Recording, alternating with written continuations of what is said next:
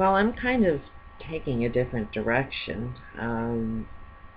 First, an update. I did a video yesterday on this Vince in a Soyuz. Apparently, he's still alive. One of the good ones still is on this planet. Hopefully, to see this big wake up that's going to happen, I predict by 2012. This is the second day now that I have not had one urge to have a cigarette.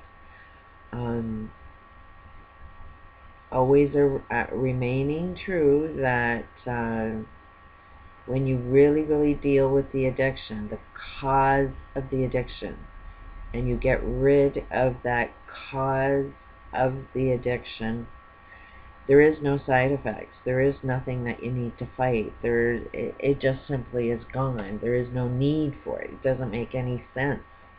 It really doesn't make any sense to put this thing in my mouth that's burning and inhale this smoke. And, like, seriously, what is the purpose of it other than it kills you? And that's kind of what I'm looking at, is a whole freaking planet wants to die. We want to save, like we think all of these ways of dying is wrong. And we all want to be saved. But we're all doing something to ourselves that kill us. Which is kind of... why is it nobody else sees that? Like, at least I could see. I put my cigarette in my mouth and I knew that I was doing something that I knew would kill me. And I found that that was, like, really odd. Why would I want to do that? Why would, and then, people would say, it's going to kill you. And it's like, well, I know. Why would you tell me something that's stupid? Or do it for, quit for your kids. And it's like, that one,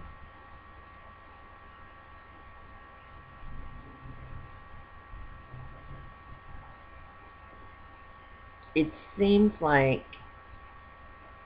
that one was more the most offensive. I love my kids. I would do anything for my kids. Die for my kids. So there's the psychology, as I was willing to die for my kids. If I couldn't figure out the answers to a lot of things that I wasn't even aware of, it was something worth dying for. It was almost like the smoking addiction was, you gotta find a reason to live, but a global reason to live, because I have always been a global thinker. And I can make my life fine, but it's, how do you make everybody's life fine? How can I make my life fine and not have it affect everybody, somebody else, and do harm to somebody else? I know I can open my mouth, and no matter what I say, one way or another, it's going to offend somebody. That's something that I don't really feel all that comfortable with. Anyways, there's a really cool movie called Limitless out there, which is kind of cool. It's about this guy who takes this new drug that gives him the answer to everything. And he can get himself out of every problem because he can anticipate everything that's about to happen because of this drug. And then the drug ends up, a lot of people are dying from taking this drug. But at the end of the movie, well, I won't spoil the end of the movie. It's worth watching. But the movie ends up opening you up to a perspective that there's a solution to everything, but it's invisible to you just because you don't know. You're not aware. You don't know the right questions to ask to see what it is you need to see. We are all in this tunnel vision that all I see is this, all I see is this, and it's like the answer's over here. You know, like if you opened up that little tunnel vision to see more of the bigger picture, you'll see your answers. But humanity is stuck in this tunnel vision.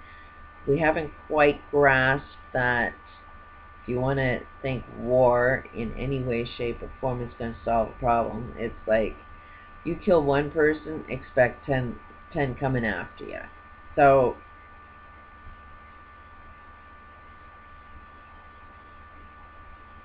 you want a terrorist. You kill one person, you're asking for 10 terrorists to come in. You know, you put a target. As soon as you kill one other human being, you're putting a target on your back that says, I want, you know.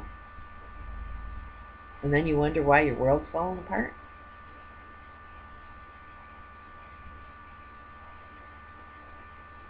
Police are not working for community anymore. They're working for the rich guy. Your justice system, O.J. Simpson proved that. Your justice systems only work for the guy that has the money. Because poor people can't afford lawyers to even say, hey, I'm innocent. And legal aid, who the hell pays for legal aid? You know, where does the money come from for you to get free representation? And do you really think anybody that works for a legal aid system that doesn't get paid very much money is going to be actually all that smart? They would be the guys that barely pass law school, that can't get a job, you know, in the quick, I have a lot of answers, I can outwit, outplay, outsmart, you know, and I'm worth a lot of money. You know, they just don't have that capability. They can pass tests, but that's about all.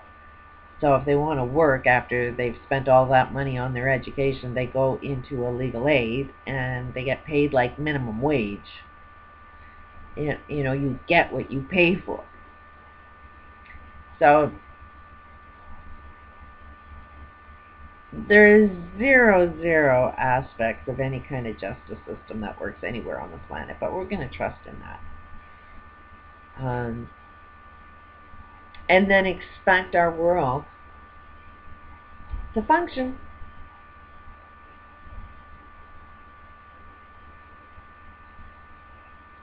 We're seeing a lot of these earthquakes, and we're going to start reporting and focusing, tunnel vision. Here's another earthquake, here's another earthquake, here's another tsunami, you know, doom and gloom.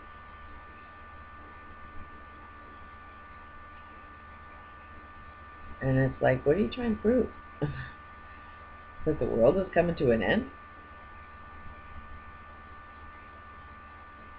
Can we not put two and two together outside that tunnel vision and see it's all frequency? Everything has to do with frequency and vibration. And to feel is a vibration. Your feelings are vibrations.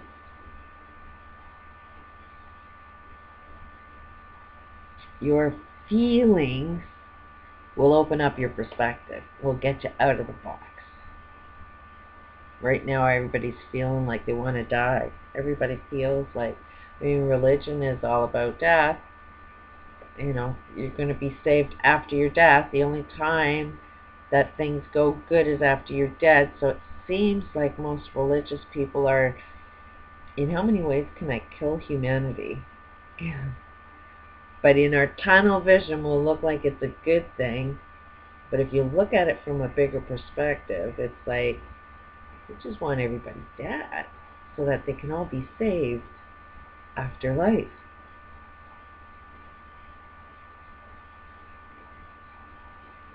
So I'm finding this, I'm going to live. I'm going to have a lot of faith that humanity will find its way. I see that there's an awful lot of really, really great people on this planet, and those would be the people that I want to hang with. And we got to get out of this death wish, which means, you got to figure out how to live, and which is what my smoking addiction was all about. And may not have jumped into that 100%, but I at least know that, you know what, this little voice inside my head that always says, well, you need to do this, this, and this, that has always guided me down the right path, all the time, all the time, all the time.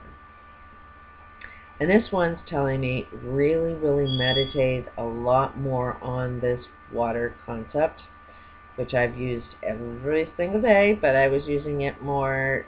Sometimes I meditate on it and things happen really quick.